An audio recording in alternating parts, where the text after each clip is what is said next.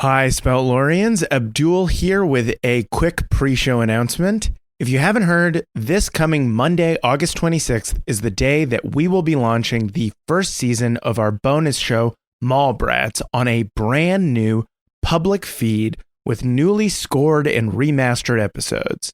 Launch week is going to be pretty huge, with a brand new episode dropping every day. And we're also doing a collab with our friend, the incredibly talented artist, Casey Golden, where she'll be drawing the Cool Treat Kids in her own amazing style. Launch weeks are hugely important for new shows, so we're asking all our listeners to please go and subscribe to the new feed, which is live right now. And when that first episode drops, listen, rate, review, all that good stuff. We genuinely love this show so much, and we think you'll love it too.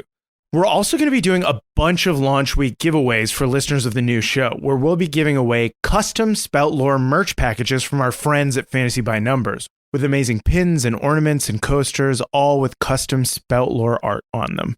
And also, one lucky listener will win the one-of-a-kind Cool Treat Kids character art that Casey is creating.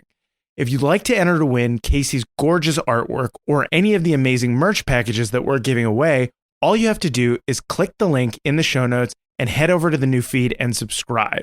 Then, when the first episode drops on Monday, rate and review 5 stars or more, and make sure you sign the review with your Discord or social handle so we can find you to give you your amazing Spout Lore memorabilia. From everyone here at Spout Lore, thank you so much. We hope you like the new show. Spout Lore is brought to you by listeners like yourself. If you want to check out more stuff or give us a support, go to www.pat.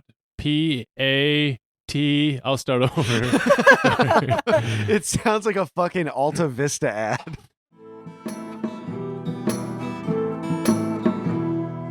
Gather round, friends, let me tell you a tale of 3 heroes, noble and bold. A brute, a druid, and a thief who is but 9 years old. You know them by name, you know them by deed. Their quests are famously daring. So here I sit, singing to you an adventure that is worth sharing. Tuk is the brute who knows not his home. He loves to sing and fight.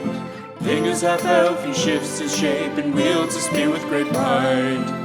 Billy's a thief, his tiny size does mask the largest heart. Best and brightest they may not be, but their friendship outweighs their smarts. So gather round, friends, and listen close, for the tale's about to start.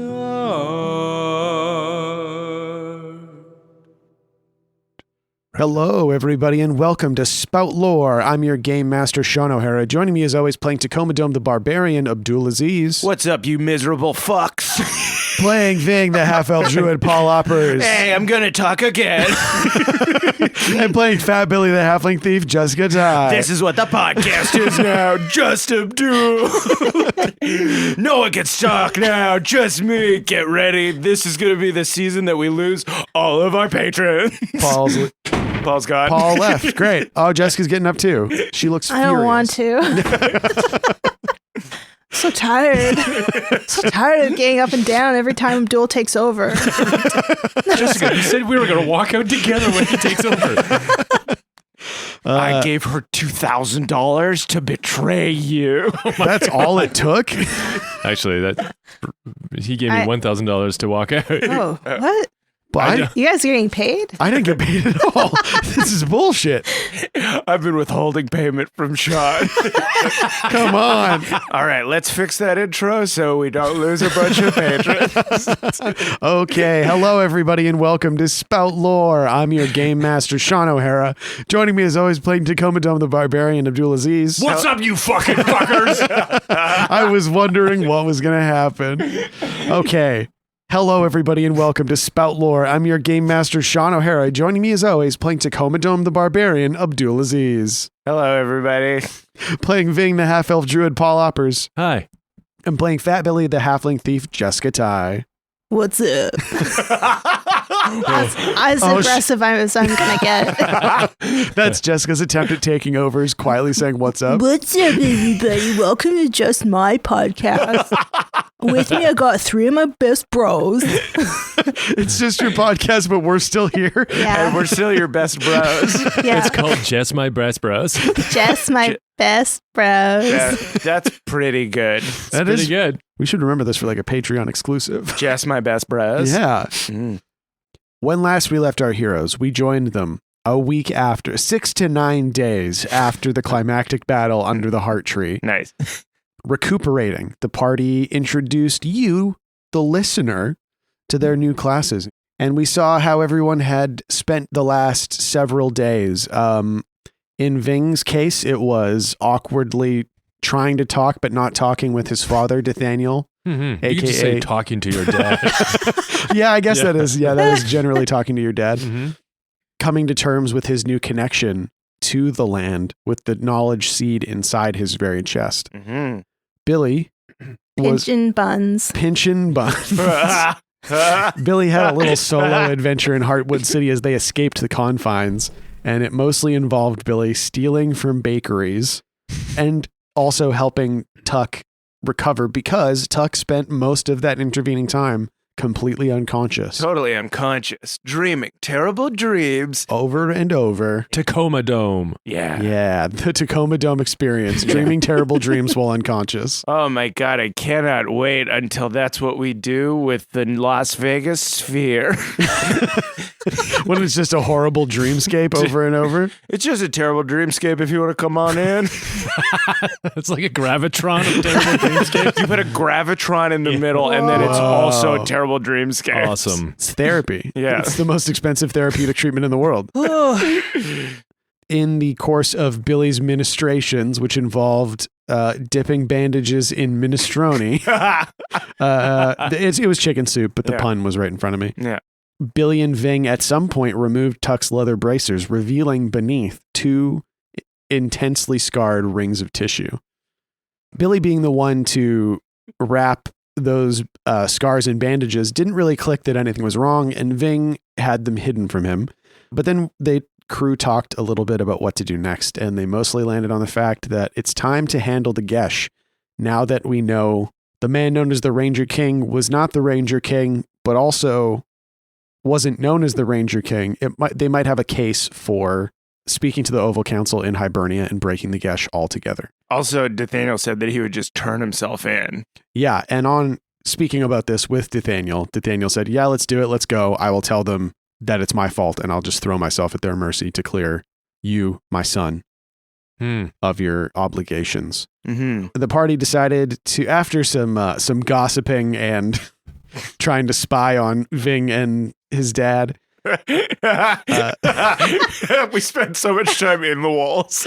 A lot of time in the walls, a lot of the time peering through paintings, as we realized, as we gave Morris and Perel new nicknames, shared nicknames in the form of the Gossip Girls. Turns out this entire palace is just for hearing whispers. Yeah, more or less.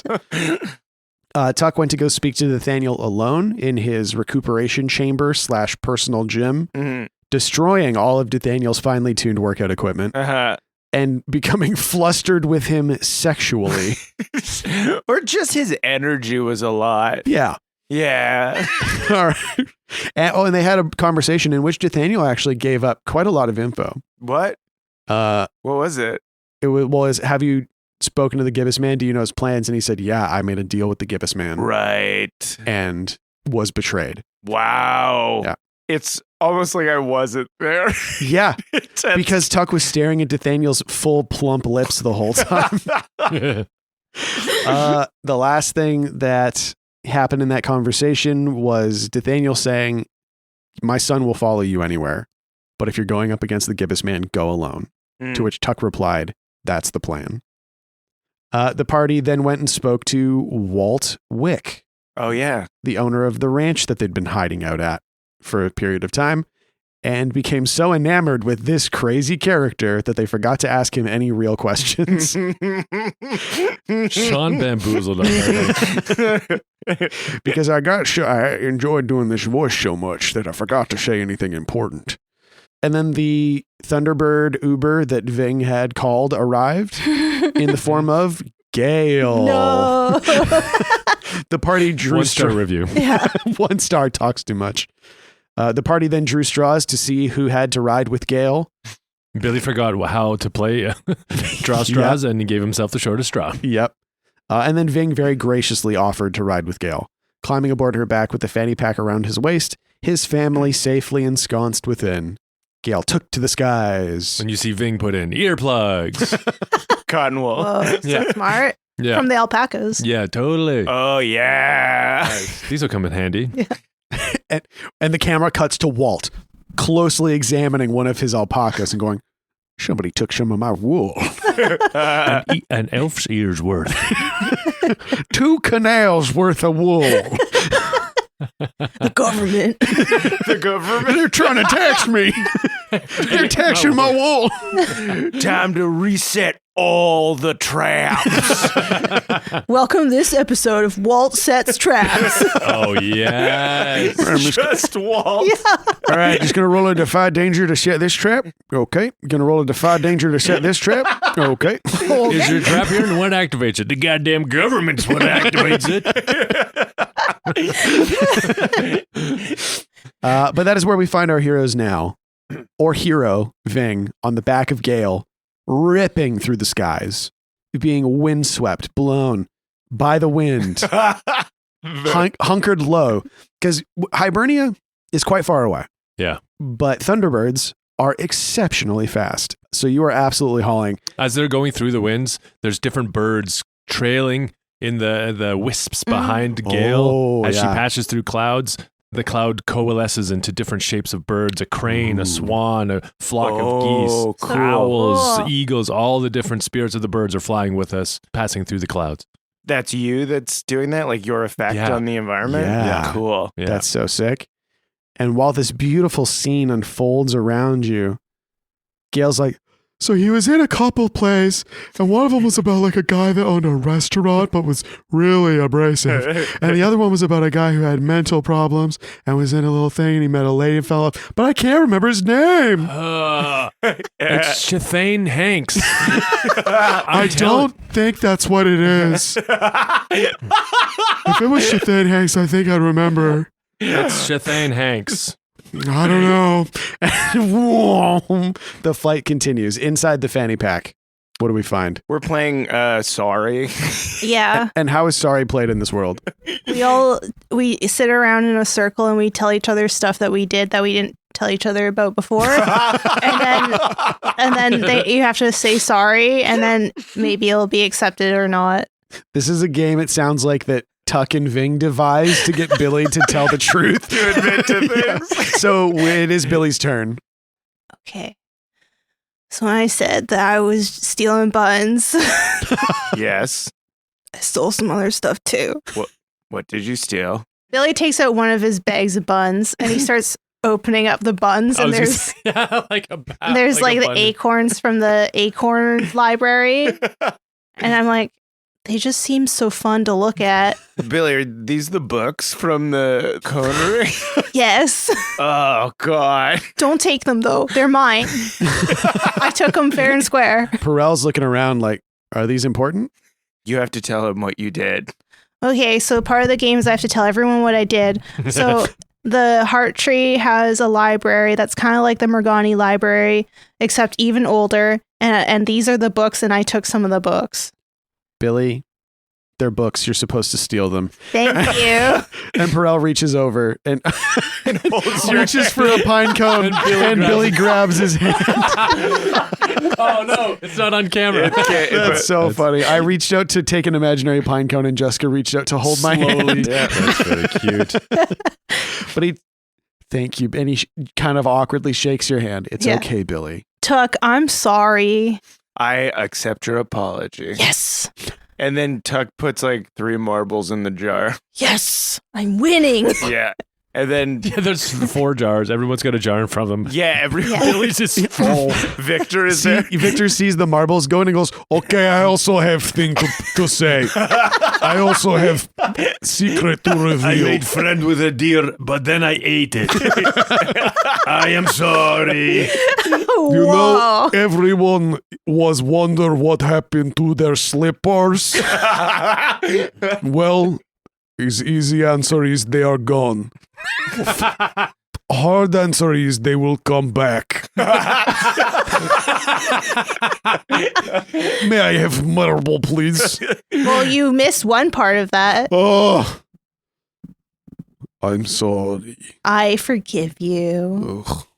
And then he's your dog. So Oh, you guys yeah. Okay, so That's what Tuck says to Billy. He's your dog. he is my dog. So I give him 3 marbles. Yes. My marbles are almost as tall as yours. Not quite, though. I'm going to beat you, Victor. I make so many mistakes. I have even more things to apologize for. Our game of sorry is really backfired. We created this game to get him to admit what he's done, but now he's doing bad things too. Yeah. I know, yeah. It's like that dog in France that got a steak for saving a kid from the Seine. So he started grabbing kids and pushing them into the river. Is that real? Yeah, that is so real. funny. Oh my God. And we cut back out to Vyng on Gale's back.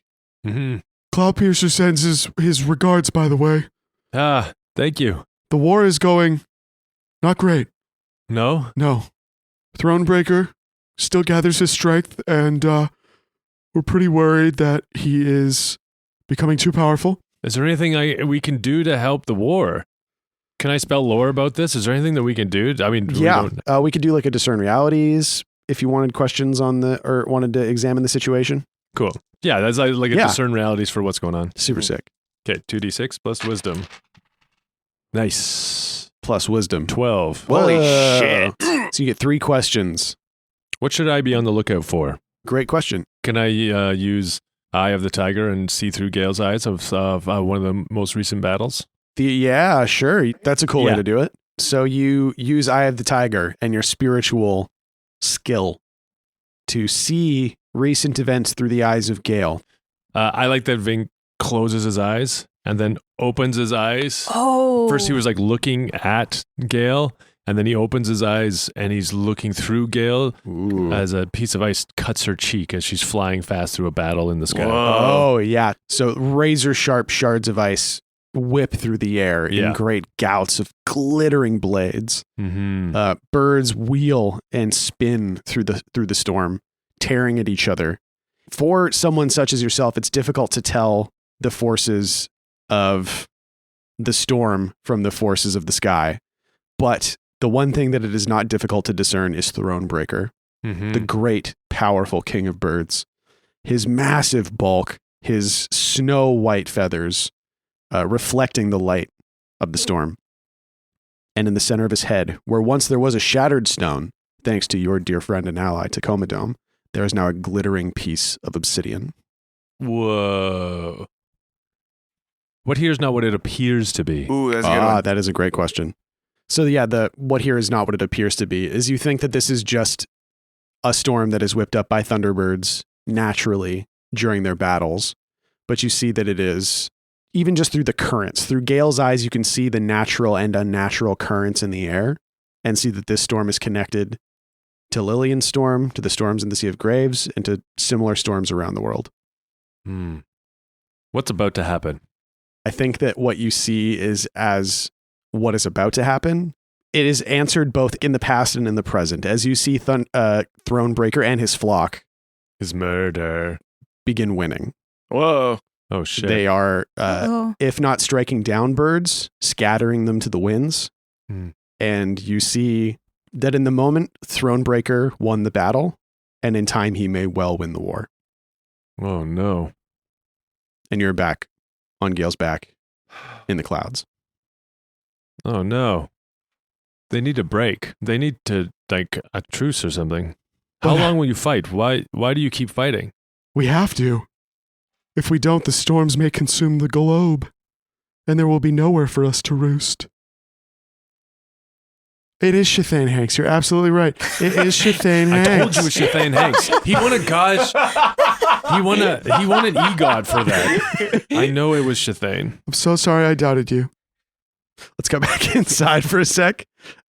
I also want to say that when turkey went missing was not me, but when garbage with turkey went missing was me. And I am sorry. I feel like you're not really sorry about that. I didn't believe that one. I have to mean it as well as say it. That is not the rules. There's so many marbles in his chart. But everybody's starting to cotton to the fact that he doesn't actually feel sorry about this stuff. That's like the number one rule of the game is you have to actually be sorry. Is it actually a rule? Yes. Yeah, it's a rule. It's written. It's written right here. I can't read it, but that's what it says. I can't read it either. They're looking at a takeout menu that we just gave Billy, and we're like, "These are the rules of sorry. What can we say?" No, if those are the rules, it is not honorable to overcome lessers by cheating. Remove my marbles. Okay, then. Remove them. I dump it all out. I'm so sorry, Victor. Don't worry, we're gonna land, and then you can look at the moon. I will never go to all-day breakfast again. No, don't say that, Victor. I don't want to be here anymore. And he runs. Victor, no! So floppy running for a wolf. He's doing that like overly emotional dog run where his legs kick all over the place. I wonder if, like, Victor, as he is becoming domesticated by Billy, it's having a physical effect on him as well. I think actually what you've noticed is that he's becoming slightly easier to see. Oh, cool. Like he's not as invisible as he once was when you met him. I like that his ears are floppier than ever, too. Aww. His ears don't stand up anymore. Yeah. Okay, so Vyng, pawn Gale's back. Mm-hmm. Let's say it's like Thunderbirds, as we've said, fast as hell. Let's say it's like half a day, 3/4 of a day of flying at like near supersonic speeds. Vyng is just clutched to the back of Gale as she hauls ass. Wish Walter gave me that fucking vest. It's freezing up here. After a while, you realize that you are surrounded by like a thick gray fog. Whoa. You have entered the gray. Gale begins to descend through the fog, her extra sensitive Thunderbird senses for currents and navigation, taking her unerringly towards land. And before you suddenly resolves rocks, stone, salt water, tall pine trees, the island of Hybernia. And the wind starts whipping up around her just as she descends. And you can see people like step out of their homes and like cover their eyes as the wind blows at them. Mm. And now we're going to roll a move we've never once used called Outstanding Warrants. Sick. When you return to a civilized place in which you've caused trouble before, roll plus charisma. Okay, here we go. 12. Holy shit. Is that just a normal... It is. Natch. Nat 12. Nat 12. Oh. Fuck me. Okay. I'm coming in hard with charisma. Yeah, it's because you're on the back of a massive, majestic bird. And it comes out like a flock of Thunderbirds, but the other Thunderbirds like fade out of gray mist. Oh, yeah. Like your spiritual mastery is like telegraphed. Yeah. Like Gale comes cruising in, and as she like dips up to slow herself down, her wings spread and the rest of the Thunderbirds dissolve. Yeah. Oh, I love it. So where is Gale landing? Just on the beach? I mean somewhere really cool. Like on the cliff by that Arbutus knowledge tree. Oh, like right at the council's. Yes, like just get land there. Yeah, right at the council stone. Boom. Gale, her talons grip deep into the stone. And on a 10+, word has spread of your deeds and everyone recognizes you. Ooh. Maybe not good. Oh. It's hard to say. But maybe it's good because they love the knowledge tree. Right. So maybe we've righted a wrong. I think the council has definitely heard. Okay. As is evidenced by the fact that people are emerging from the woods on the edge of the council stone. Okay. Druids upon druids, led by Grimshay, leader of the Deep Striders and head of the Oval Council. What is the meaning of this? Gale, tell them why we're here. I come bearing Vyng, the druid, son of oh god. Ranger King. The Ranger King. And also, I think, a druid. Like his mom is a druid, I think. Yeah. Anyway, Mm-hmm. I am Gale. That's right. Nice to meet you. Big fan of everything you're doing down here on this island. Bing, do you want to take this away at any point? I am here as a representative of Billy's in the bag going, the birds! the Thunderbirds. Gale! Yes, I am a Thunderbird, as you can see. And we, as allies of Vyng and his allies, are here to show our support for whatever is going on. I didn't really get the whole idea, but I am here. So look out. This is like you had to do a court appearance and you brought your Uber driver in to defend Yes. you. Be the lawyer? Vyng jumps down. He's like, yes, the Thunderbirds have helped us and have brought us here. And in return, I ask that you help them. They are locked in a battle bigger than all. You help them.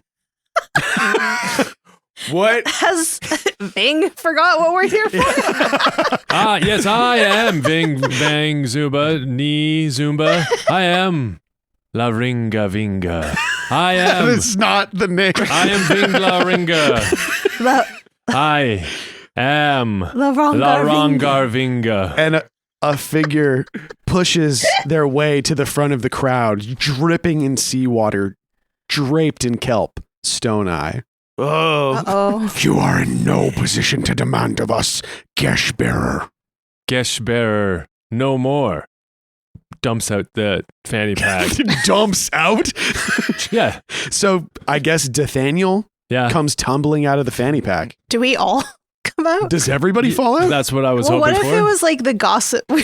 We were doing the gossip thing. Oh, so you were all leaned against? cut Yeah. to inside and we're like, what does he say? Is he saying his name or is he No, Did he forget his own name? He said and it I- like 4 times. Him and I talked about this. I'm supposed to be here so that I can go before the council. You guys you shouldn't be here right now. You should. Oh, Boom, boom, boom, boom, boom, boom. oh no. And you are all dumped out. Just stay really still. I'm like, maybe they didn't notice that also came out. Morris and Perel are also splayed out on the stone. There's a bunch of marbles skid around Yeah. too. Oh yeah, Billy was gonna lay still, but his marbles went everywhere. He's like, oh, my marbles. I feel like when the druids see Billy scrabbling around for marbles, they like shy back because Yeah, they're that's true. terrified of him. Boy. I think a couple of them like instinctually go, "Oh, marbles," and try and stop them. But then they're like, "Wait, who's this?" And when Billy sees them go near his marbles, he goes, back off. They do. They absolutely do. And as Nathaniel raises himself to a knee with his blackthorn, Vyng helps him up. and the crowd goes, and Grimshay steps forward. You bring this man to our shores? I bring you the shadow of the man known as the Ranger King. This is the man you thought you needed to bring down. This man will not die. And if that means you have to kill me, and then Vyng opens up his fur, and then opens up the chest and takes out the seed, then you kill everything that you have ever known. And then Tuk sidles over to Vyng really quick, and he just grabs. He's like, "Can I talk to you for a second?" And then Hold on a second. I will die along with me all of your knowledge. and Tuk's like, And if I die, I'll kill them too. I No, need to talk to you.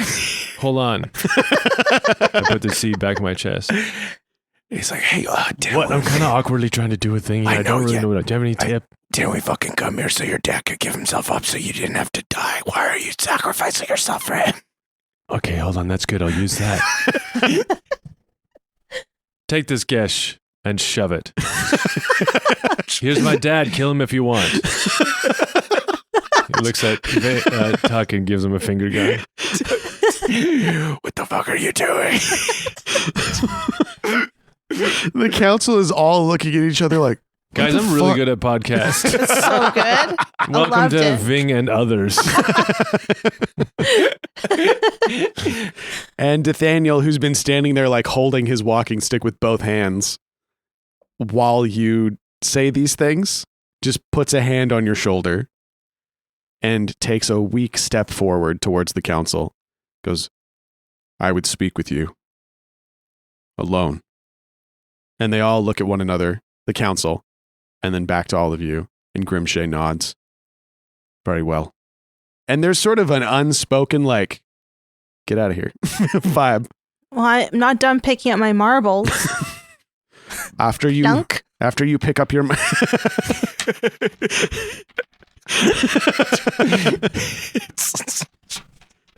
help the boy pick up his marbles. And the rest of the druids run forward and start putting marbles in the jar. Do you leave or do you stay? I stay. Yeah, I want to stay and hear what the fuck this is. Yeah. So the non-council druids are ushered away. Mm. And you all just stand your ground? Yes. Yeah. We shall attend this council. And Morris and Perel kind of look at you guys and they're like, we're going to go back in the bag, actually. If that's cool with you.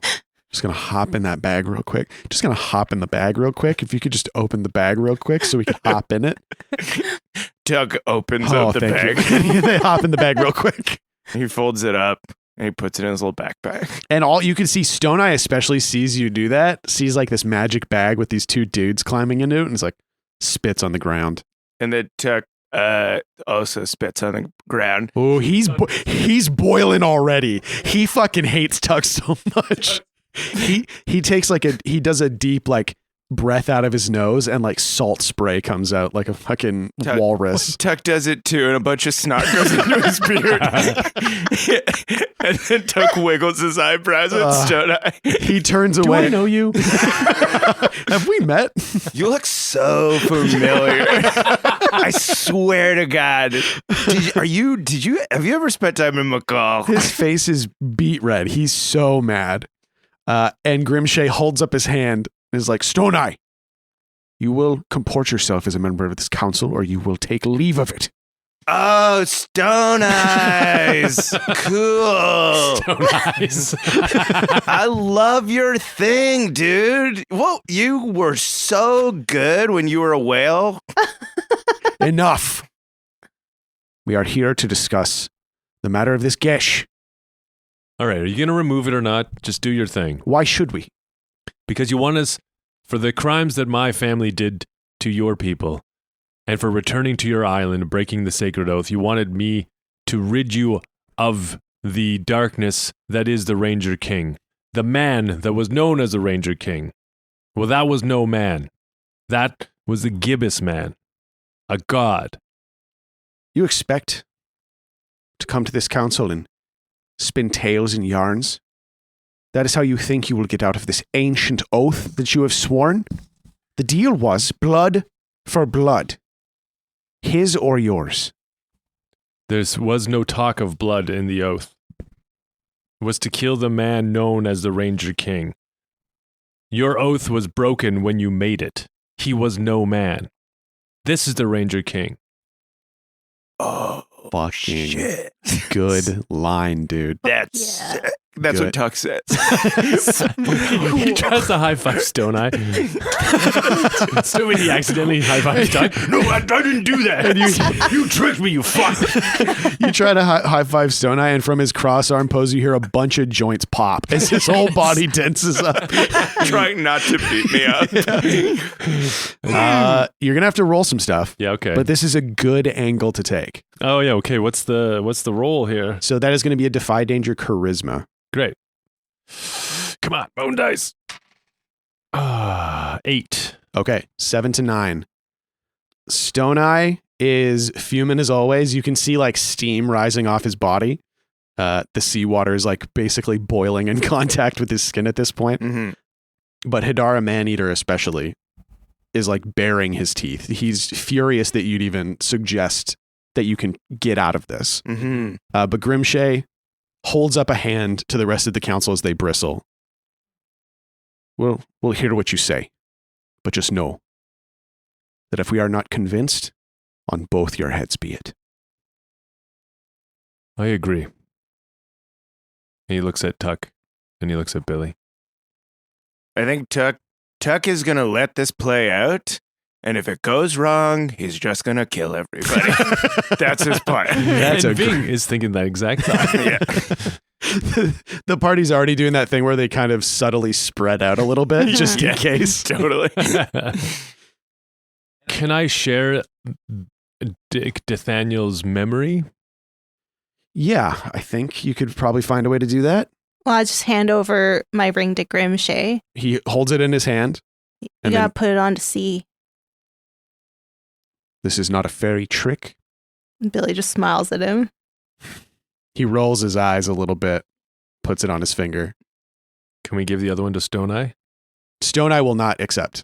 I will tell you that much. You hold out your hand to Stone Eye, and he crosses his arms even harder. And yeah, Tuck's like, are your fingers as big as mine? Could you wear my ring? Or is it Or gonna your fall off? Are they littler? Push me no further. Okay, dude. Some people have small hands. Fine. I mean, if your hands are really small, you could just wear mine. I feel Stone Eye's frustration because because it's interesting because my instinct is like he leaves, but he can't leave. He He has doesn't to want to stay. lose face Yeah, in front of the I like council, that. Yeah. and he also can't just hit you, but he really wants to. Who else will take this ring? Who among you will soften even a little to see the truth? Who will take the dare along with Grimshay? Oh, yeah, I like that. Mm. Tuck goes, yeah, who's brave enough to know the truth? Oh, The truth of what the world is now. Nareen. And Oh. well, Yeah. No, yeah. she moves forward and then Tuck goes, wait. I'm not done. And what it will become Nareen if you don't takes another step. Oh, learn the truth. she steps For the forward. veil has been upon your eyes, your heavy brow. For eye on these neon ion, an eye on these many eons. Look to the sky, Tuck says. For it shall be revealed, The veil. And you look shall be lifted. You look to the sky and see a wall of dense gray fog. Exactly. For now. The veil has been pulled upon your eyes. Allow us to remove it.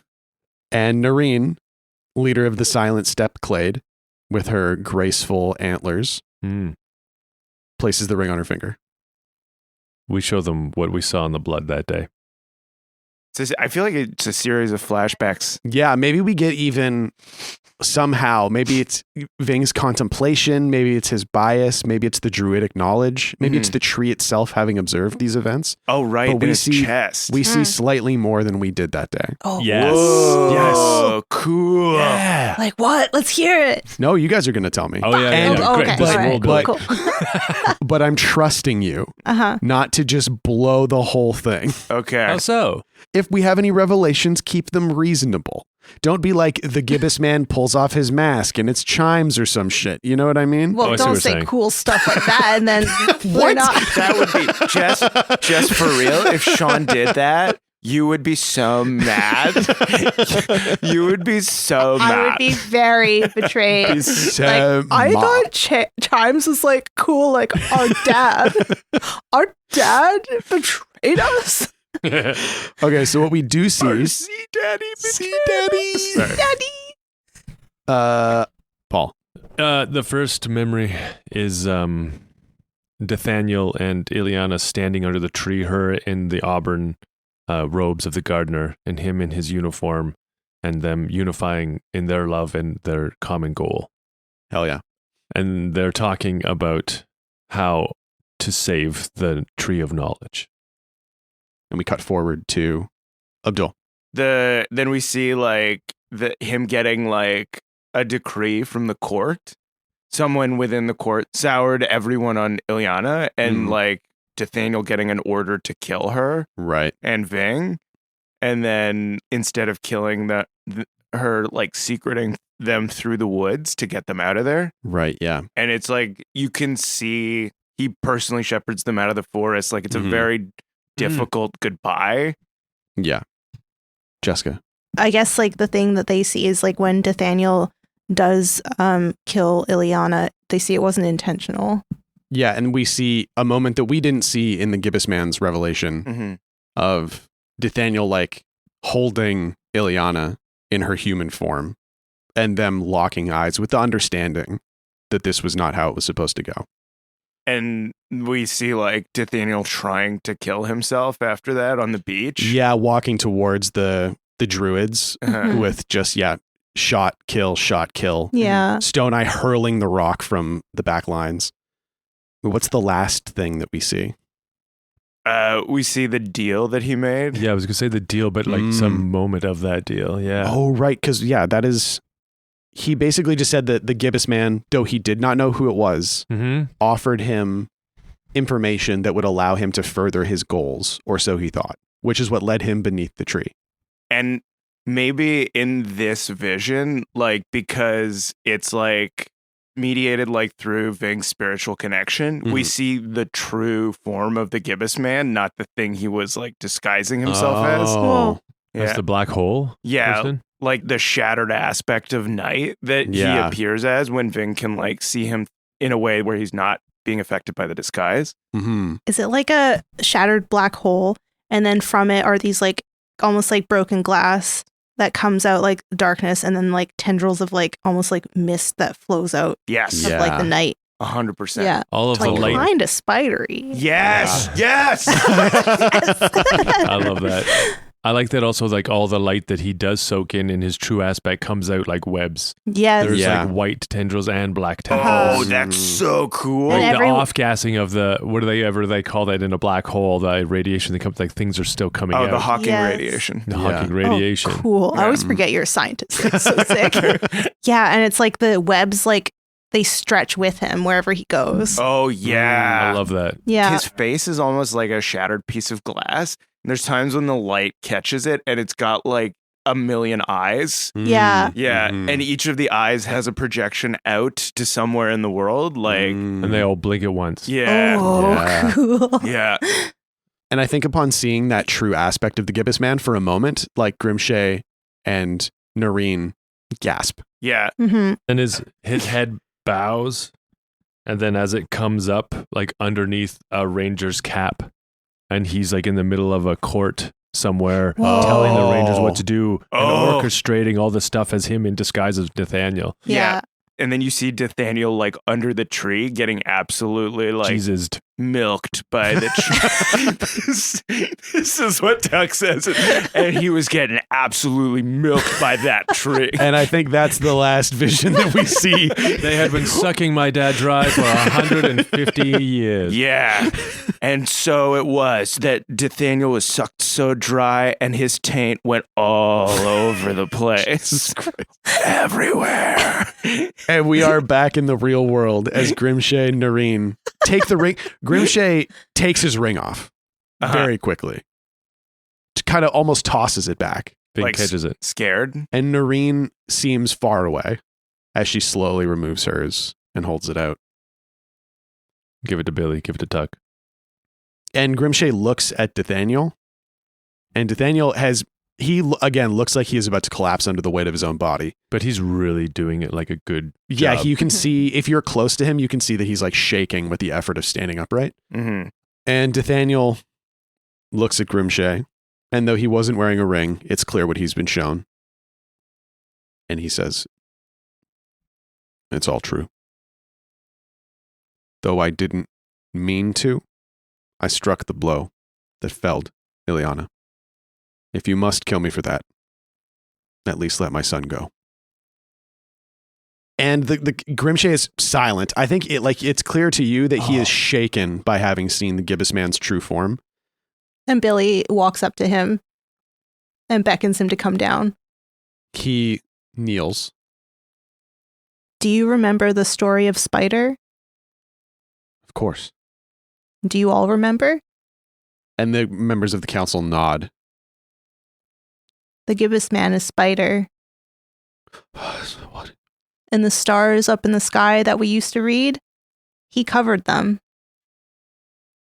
The storms that cut you off from the rest of the world, those are because of him.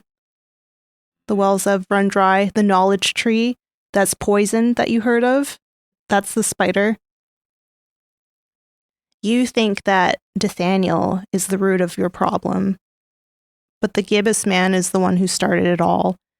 And if you care for your stories and your stars, and for the spirits and the fairies who live on this land, you'll let us do what we need to do.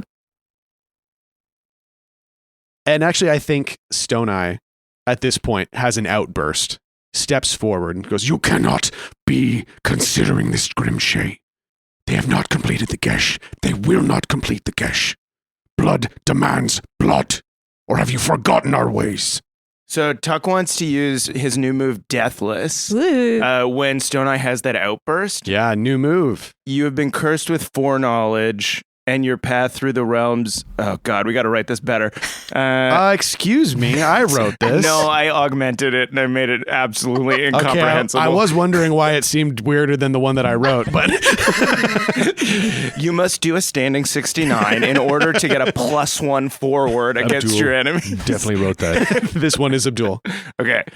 You've been cursed with foreknowledge, and your path through the realms of the yet to be has been illuminated.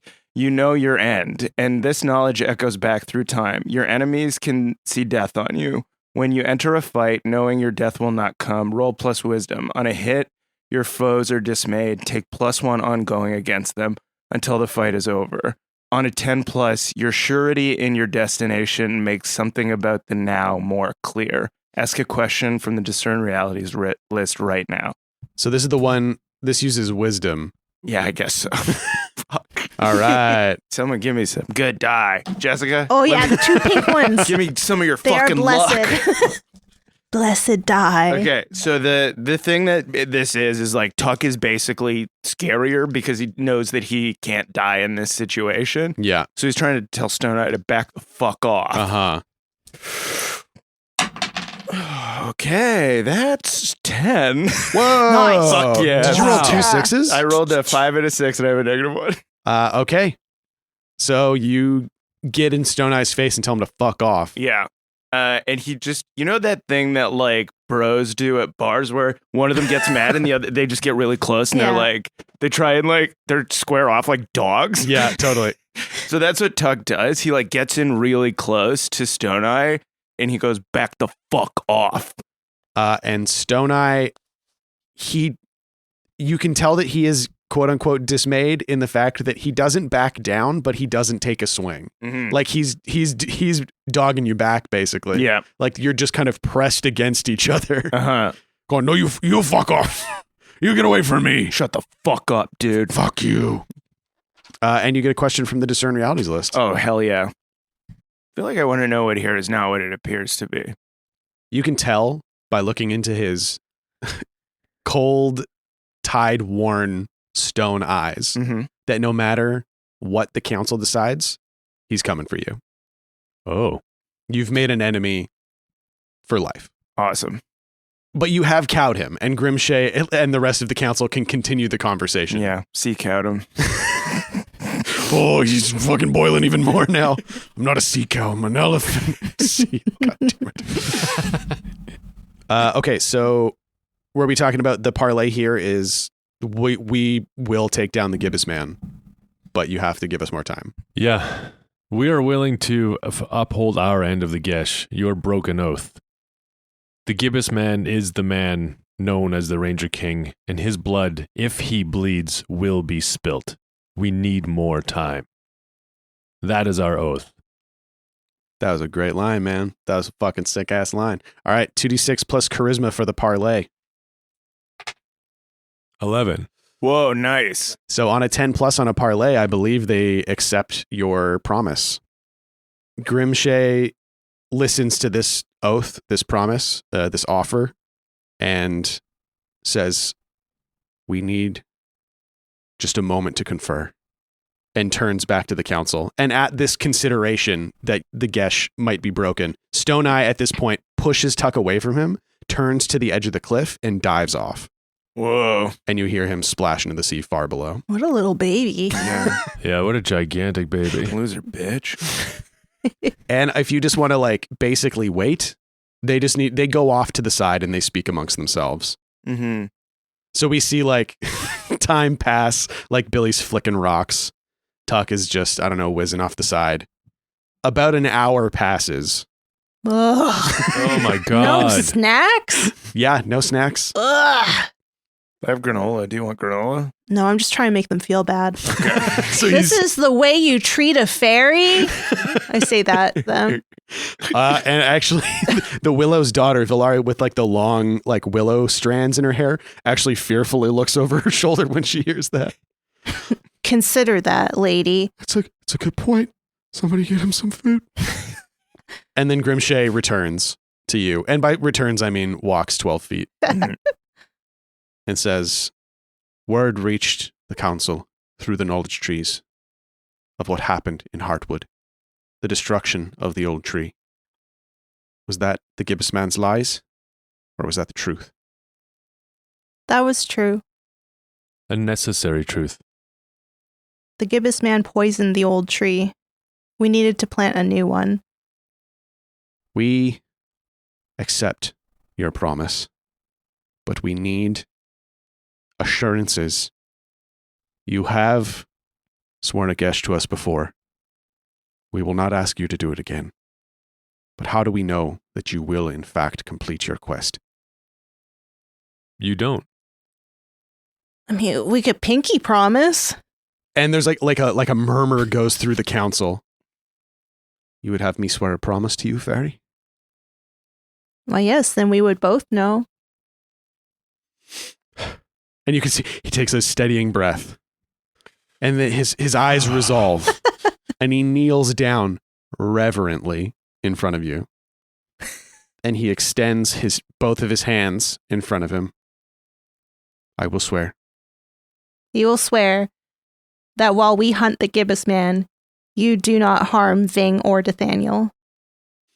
That no one from Hybernia harms them. And you swear that you will complete your quest and free the people of Hybernia from their isolation. I swear. And he extends his pinky and shakes. And here on the council stone in Hybernia, this most ancient of places, that pinky promise can be felt in the air around you. Vyng gets a new rune. Oh, Cool. Yeah, a new scar. It's like, you know, in Burns in your Pirates of the Caribbean when like the coin drops in the ocean and that big... Oh, yeah. That's what Yeah. the promise is like. Yeah. Yeah, if the camera, is seen across the island, like across the island, fairies are seen to emerge from their hiding places, Oh. from their An slumber. Yeah. An oath. Mm-hmm. And the druids of Hybernia raise their heads to the sky. And Tuk is like, so is Basara somewhere around here, or what's... Is she still here? Is she still here on this isolated island that no one leaves or goes to? Is it? Yeah. I gave her a thing when I left. Oh yeah, no, she's actually gone. She went to college. Okay, whatever. Yeah, She's going to grad school. She said to say hi if she saw you again. Okay, the promise is sworn, I want to go to the beach. and we can follow the crew walking through Hybernia, through the village, Mm-hmm. down the trails to the beach. I mean, if that's okay with you guys, I just want to go real quick. Okay, yeah, we can go Oh, to the yeah. beach, Billy. It's fine. Yeah, I love going to the beach. and as you walk through the village, Vyng's going to get some more Hybernia water. I use it a lot. Oh, yeah, Can I get uses? Might as well- 3. 3. yeah, Thank we'll you. say 3. nice. And heads turn. As they said, stories of your deeds have reached this island, and they are watching you pass. And it's weird for you guys because they are watching you pass like heroes. Yeah, Billy's not really he's veering off the trail a lot. He's like walking through bushes and stuff like that because he's greeting fairies as Yeah. he goes. Oh, like all the fairies that like got Oh my God. disturbed. Isn't Yeah. Barry here? Yeah, Barry's somewhere. The little Oh, yeah. fink? Barry is watching from a bush in the forest, like, I'm going to get them again. And you reach the beach where the Sunrunner docked all those months ago, well, all those weeks ago. Yeah. If you don't mind, I'm just gonna step away for just a second. Are you going back to your little cave, Yeah, Billy? but I don't want you to know where it is. Where what is? Okay. My nowhere. Okay. Okay. All right. We don't really know what any. We're gonna. Oh, what Vyng? What's over there? And Oh, why? That is a California maple. And as Tuck and Vyng look away, we see Billy start padding off Yeah, down he's the beach. scrambling over all the logs and stones. Yeah. we turn around and just watch him to make sure he's fine. Don't look at me. We're not staring right at you. Carrying Finn's backpack as I'm running. Stole his back. Yeah, it's full of buns. Yeah. And we find ourselves in a tiny little cave by the sea. Yeah, so Billy has to push the suitcase in, and then he squeezes himself into the opening, and no one's been in here, thank goodness. While he's in there, though, because he's like, I'm suspicious. I don't like the way that all the villagers looked at me. So he makes a little fairy ring with his buns. Mm-hmm. So Fairy Ring is one of the Changeling's new moves that allows Billy to create fairy rings. Roll plus dexterity, and on a 7 to 9, the ring is unpassable but requires constant attention. And on a 10 plus, it will last until sunrise without worry. So go ahead and roll 2d6. Got 9. Okay. Mm-hmm. So your ring sprouts to life. What does it look like? Well, Billy tried to make it with buns, but he's like, oh, that doesn't really work because they don't do anything.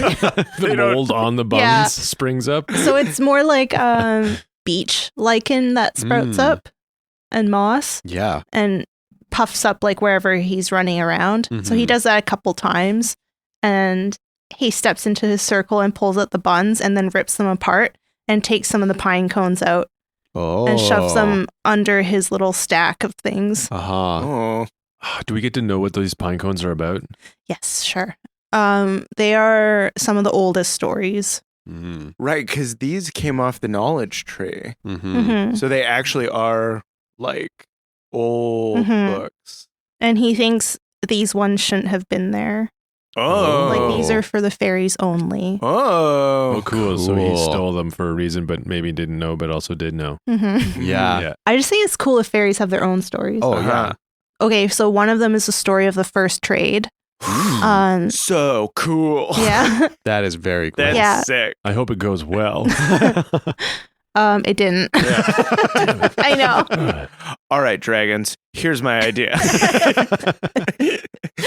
It was the first trade between a fairy and a person, and the fairy lost out on that trade. Oh. Yeah. It's sort of like a moral lesson, like why not to trust humans? Like you always need collateral or whatever. Oh, Yeah. cool. That's very cool. And then, okay. So another one is related to the spider and the hummingbird. It's the last half of that story that like we didn't talk about really.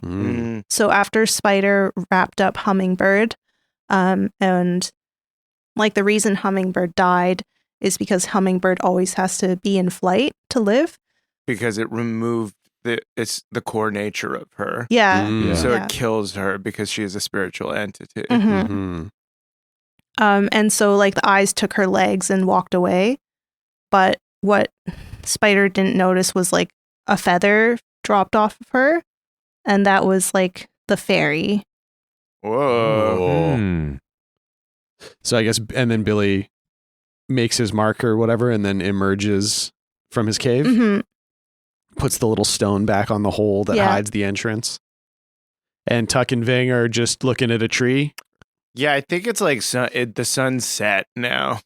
Yeah. Oh, was I in there a while? You were in there for a while. Like some of the locals came out onto the beach. They started a fire. They started roasting a giant fish. Wow. It smells like shit. Oh my God, who was that? Whoa. Oh no, that one's just a fish. Don't worry, that's a normal fish. I asked him. Okay, thank God. Sorry it took so long. I didn't really realize I was in there forever. In where? I What mean, do you mean? having a poo is where I was. Whoa, that must have been an awesome poo to It take was- so long. It'd take 5 hours, It was Billy. very long. 5 hours. Oh my god. So I think Grimshay actually asks, what will you do now? We could also take a bit of time and spend the night here if we want. yeah. Oh yeah, to. maybe Gail's like, I'm tired. tired. Oh, all you guys want to do is fly, fly, fly. So boring. They gave me a huge fish. Yeah, that fish is for her. Giant fish. That's great. Yeah, get you I'm all fat on fish. I can't fly. you all come back to the beach and Gail is like a bird, like choking back a huge fish. Oh my god. Jesus. Can we stay here tonight? Yes. Okay, yeah, we can stay here, Gail. Great. And she sits down on the ground and tucks her head into her wings. Cute. Anybody want to get in here? It's nice and cozy. Stop looking at. Tuck. Just like old times, huh? Stop talking so loud. Everybody can understand you now because of Vyng's stupid thing. And they're all I can druids. leave you guys alone. Stop it. Stop doing that. Everybody stop doing this. And there is like a little. People are trying to engage with you, but not like to make it weird. They bring you food. They bring you drink. They Wow, they thank welcome you you. to the fire. Mm-hmm. Yeah, I go join them. Yeah, and there are a number of druids, young and old, sitting around a fire, and they're all like staring wide-eyed at Billy. Is there something on my face? No, you look totally fine to us. Don't worry. Do you need anything? I've actually been trying to pass my my master's test, and I was wondering if you could maybe bless my test, or if there's any sort of boon that you could offer me. Billy's like, what? No, I understand. I'm sorry. I asked too much. Here, please. And he's handing you like fried bread. Here. Well, now I kind of don't want it. Now I feel like you're just giving me the bread to get a favor. No. Never. Here. And he hands you like a cup of cream. Please. I know about cream. Oh, I'm so sorry. Forgive me, please. Forgive me. What can I do? Vyng, they're trying to get me drunk over here. Do not give him cream. Don't give our kid cream. What are you doing? I'm sorry. I didn't. Do you have any kids? No. Well, if you do, would you like me to give them tequila? No, I don't think so. I don't know what Takarla is. How old is this druid? 17, 18. Oh, you're just a small baby. Oh, yes, I am just a foolish child. I'd never meant to offend you. I'm so sorry. He reminds me of Mears. Oh yeah. What's your name? Cheers. It's Liam. It's Liam. Liam. Yeah, I'll bless your test, whatever. Oh, thank you so much. And Billy doesn't know what he's doing. He's just like, Gives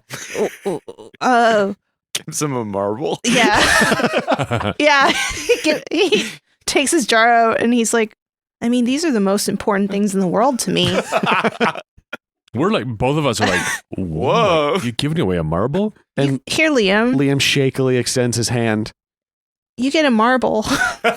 And he actually feels answers flooding his brain. Whoa. He holds it up to the fire and it's glinting off the smooth glass. If you get a lot of those, you can go to an all-you-can-eat breakfast buffet. It's all day breakfast. It's not all you can eat. Huh?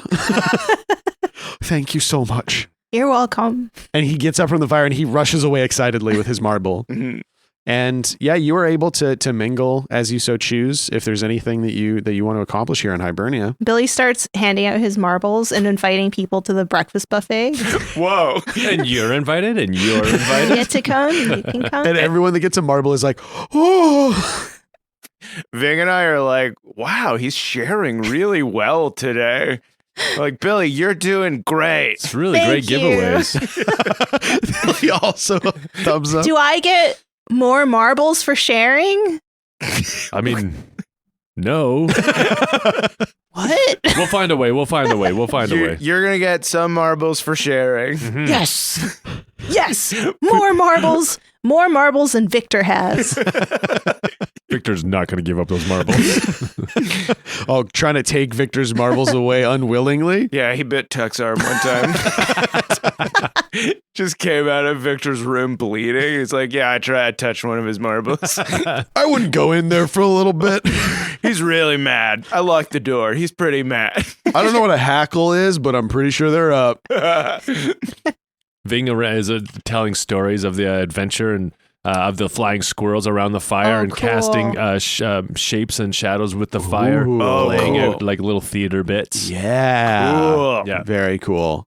Tuck is like in front of like a bunch of kids Mm-hmm. and like showing them TLC and then just like being like, and then I smashed the coin and then the gibbous man was there. And they're like, whoa, no way. Yeah. Look at his chest. Yeah. He's huge.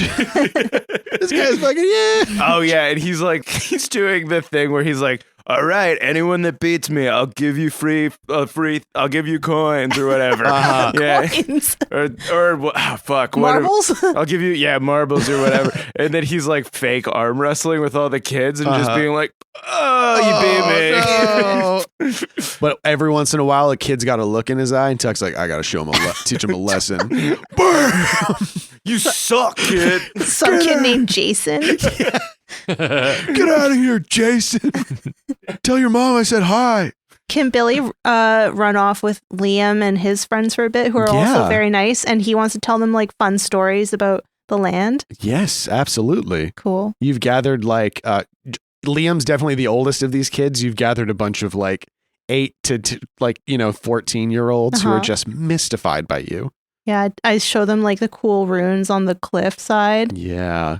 and I show them like little bushes and like rocks and just like garbage and stuff like that, and a seashell, and I'm like, these are all the fairies, like these are their names. Oh. Whoa. Fun.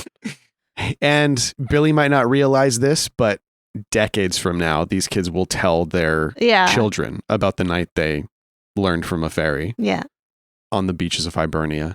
Vyng notices, he looks around and Nathaniel's down the beach on a little point by some giant rocks. Mm-hmm. And Oh shit. This Aw. is where it happened. yeah, Oh. he sees that, and he just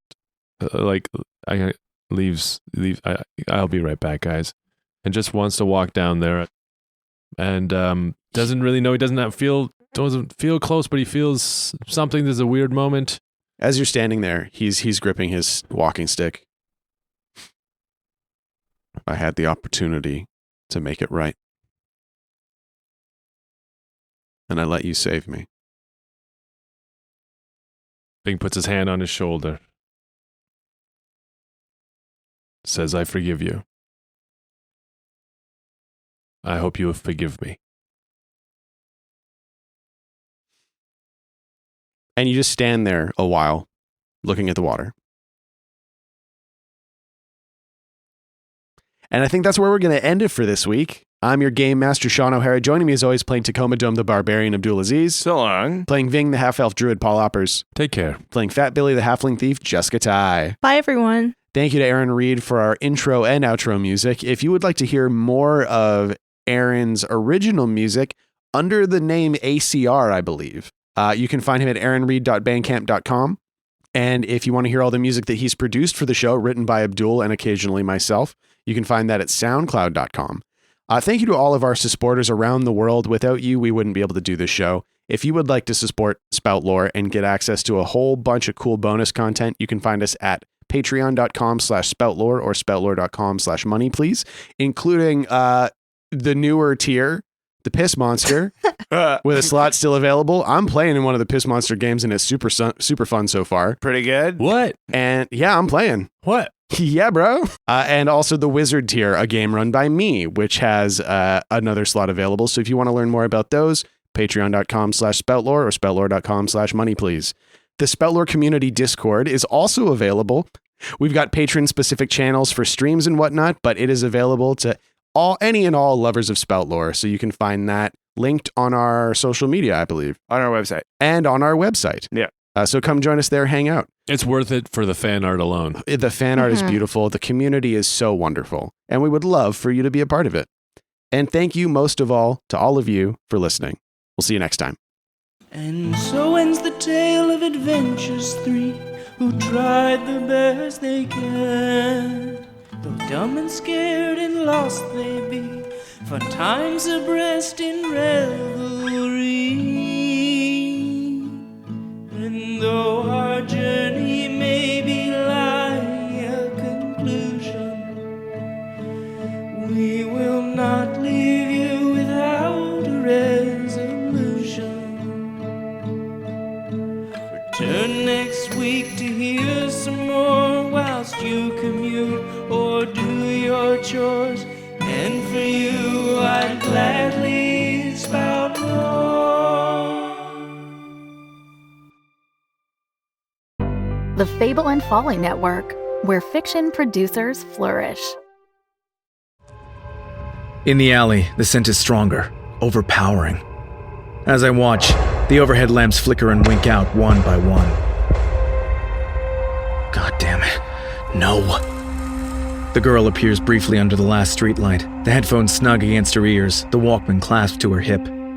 She's oblivious as she walks, lost in her own world. Hey, stop! I need to talk to you! Then she's swallowed up by the darkness again.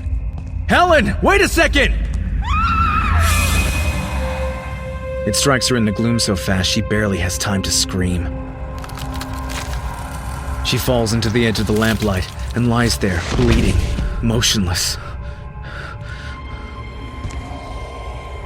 The man's skin is scaly, flaking, and there are patches of soot on his cheeks.